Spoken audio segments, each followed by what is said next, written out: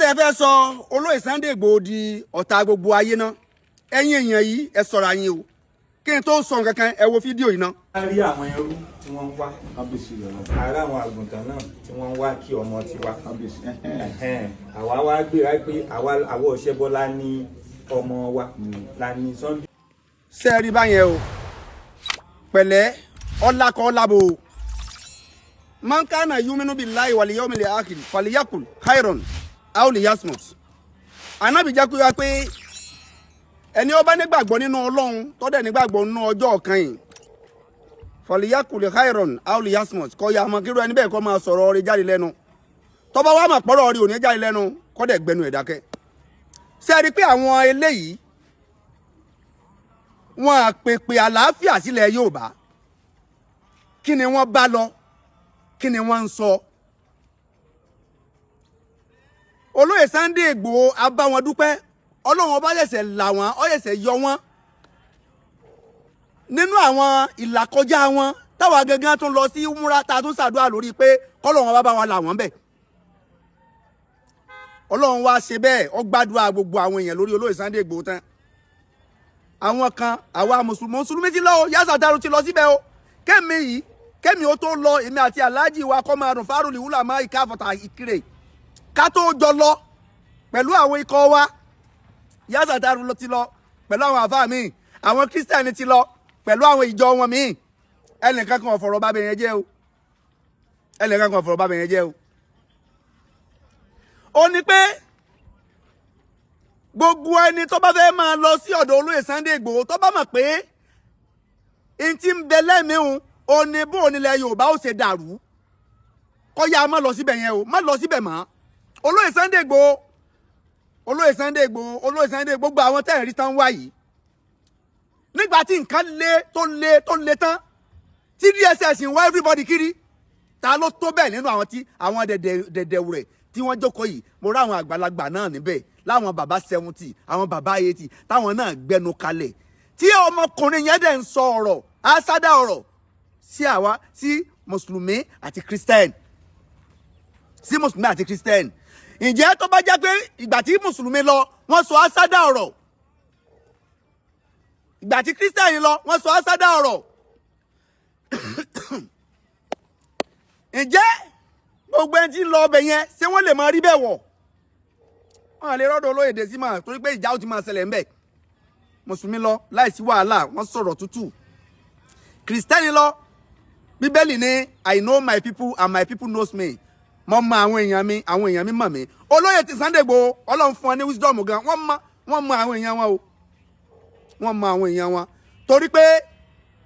olóyè Sunday Igboho Ọlọ́run dìídì gbé kalẹ̀ nílẹ̀ Yorùbá láti lè ṣàǹfààní fún mùsùlùmí láti lè ṣàǹfààní fún kìrìsìtẹ́nì àti láti lè ṣàǹfààní fún àwọn ẹlẹ́sìn míì. tí ẹ̀yin kan bá wá ń pe àpèjẹ olóyè mára yín nígbà tí ṣòro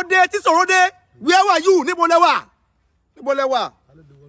níbo lẹ́wà ṣé ẹ lè wọ́ bẹ̀ yẹn lọ nígbà tí nǹkan lé èmi lọ síbẹ̀ yẹn tẹ́sù bíi àáfà àlùfàtáì mo lọ mú báyìí tẹ́sù bíi wọn mú báyìí nígbà tí nǹkan lé tílẹ̀ ń pọ̀ yìí tókè fẹ́ dilẹ̀ tílẹ̀ fẹ́ dókè àwọn pé kí ni tó fẹ́ ṣẹlẹ̀ àwa yìí lọ táàdẹ̀ kan tí ó dà torí pé a mọ̀ pé ìfẹ́ ilẹ̀ Yorùbá lọ́lọ́yè Sunday Igboho ṣe kì í ṣe torí ẹ̀sìn kankan ẹ má pe olóyè Sunday Igboho mọ́ ẹ̀sìn yín ẹ má fi olóyè kọlu àwọn èèyàn míì ẹ̀yin lẹ́fẹ́ ẹ má fi olóyè gba ojú bi lọ́dọ̀ ẹlẹ́sìn míì ẹ ṣọ́ra yín ẹ̀yin aláṣìṣe yìí ẹ ṣọ́ra yín gan olóyè Sunday Igboho ìṣèyàn dandan ẹ ṣọ́ra yín gan tẹ́ ẹ bá ń ṣe àṣìṣe yín ẹ kó àṣìṣe yín síwájú torí àṣìṣe náà kò ṣe lè tẹ́lẹ̀ ṣe tó da àfi kẹ́ ẹ máa ṣiṣẹ́ ṣé ọkọ̀ wà níbẹ̀ ibi ẹ ṣiṣẹ́ ń bí àbẹ́ ṣiṣẹ́ sọ̀rọ̀ lẹ́sọ jáde lẹ́nu yẹn níbi tá a ti ń wá bó o ní nǹkan ó ṣe tó bó o ní nǹkan ó ṣe dáa ẹ̀yin dẹ̀ lọ ẹ̀ dẹ̀ fọ̀rọ̀ balẹ̀ jẹ́ ṣé ẹ rí pẹ́ẹ́lí làkàyè ọkàn dùn mí fún ẹ̀yin àwọn bàbá àgbàlagbà tí wọ́n bẹ́ẹ̀ kalẹ̀ táwọn náà gbẹ́nu kalẹ̀ bọ̀bọ̀bọ̀ tí wọ́n lè kọ̀rẹ́ẹ̀tì ọmọ yẹn ọmọ òpònú yẹn gba tí nǹkan le tán níbo lẹ́yìn wà ọlọ́mọ Ìbàdàn ni ọ́ sáárí wọ̀ ìrí sáárí orí during that struggle sáré orí sámọ̀ ta ló mọ̀ ẹ́ to hell with you ta ló mọ̀ ẹ́ olóyè Sunday Igboho ṣe ìran dandan ẹ lọ sọ́ra yín ẹ má mú olóyè kọlu àwọn èèyàn ẹ má sọ olóyè di ọ̀tá àwọn èèyàn tẹ́ ẹ bá fẹ́ bá àwọn èèyàn ṣọ̀tá ẹ bá àwọn èèyàn ṣọ̀tá gallantly ládùn ara yín ẹ má fi olóyè ẹ má pe olóyè mọ́ra yín láti bá àwọn èèyàn ṣọ̀tá iṣẹ́ tọ́lọ́run rán olóyè láti ọ̀fẹ́ ó wá jẹ láàrin gbogbo tí ń jẹ́ lẹ́sìn ni olóyè ọ̀lẹ́sìn kankan bọ́lá òun ṣe rán òun nìyẹn olóyè ọ̀lẹ́sìn kankan ó wá wúlò fún kìrìsìtẹ́nì mùsùlùmí àtúnṣẹ̀ṣe ni torí ìdí eléyìí olóyè Sunday Igboho ẹ dákun gbogbo ẹni tó bá ti ń sọ̀sọ́kúsọ ọjọ́ mùsùlùmí jí ọjọ́ kìrìsìtẹ́nì ni ọjọ́ oníṣẹ́yìn ẹ dá ọ̀rọ̀ ọmọ lẹ́nu kẹ́ ẹ lè jáde bí ẹran ẹ má jẹ́ kí wọ́n gbé ń kọlu àwọn tí wọ́n nífẹ̀ẹ́ yín ẹ má jẹ́ kí wọ́n gbé ń kọlu àwọn èèyàn pàtàkì nínú Christian nínú Islam àti nínú ìṣẹ̀ṣe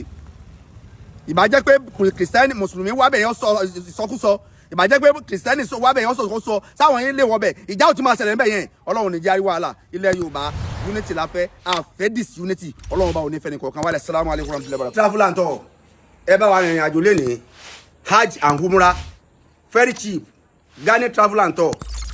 iléeṣẹ́ wa ó cheap gan Ghana travel and tour ẹ bá wa rìnrìn àjò lẹ́nìí o wàláì ẹ lè regret tẹ ẹ bá bá Ghana travel and tour Ghana hajj and umrah travel and tour wàláì tẹ ẹ bá bá wa rìnrìn ẹ lè regret hajj iye tí wọ́n ń gbé hajj Ghana kì òun ló lẹ́sì jù bẹ́ẹ̀ náà ní umrah tó bá fẹ́ lọ umrah hajj umrah Ghana travel and tour òun náà ó lẹ́sì kódà umrah December Ghana travel and tour umrah yẹn country méjì lẹ́ẹ̀ lọ owó umrah company mi ò ní so Ghana travel and tour wàláì o lè bá wọn rìnrìn àjò kó regret o lè bá wọn rìnrìn àjò kó regret nípa hajj ni hajj ṣíṣe ni owó wọn lẹ́ẹ̀sì umrah ni owó wọn lẹ́ẹ̀sì tó bá fẹ́ tẹ̀lé Ghana travel and tour tó bá fẹ́ tẹ̀lé wa lọ sí hajj tàbí umrah pé nọ́mbà mi sórí 080 36 33 33 13 080 36 33 33 13 hajj rọrùn yóò jẹ́ tẹni kọ̀ọ̀kan wa o umrah rọrùn yóò jẹ́ tẹni kọ̀ọ̀kan wa o assalamu alaikum warahmatullahi. This is OĽUA TV Watch. Don't forget to subscribe, comment your opinion, like, comment and share so that other people can get access to what you enjoy on our channel. Thank you. We love you.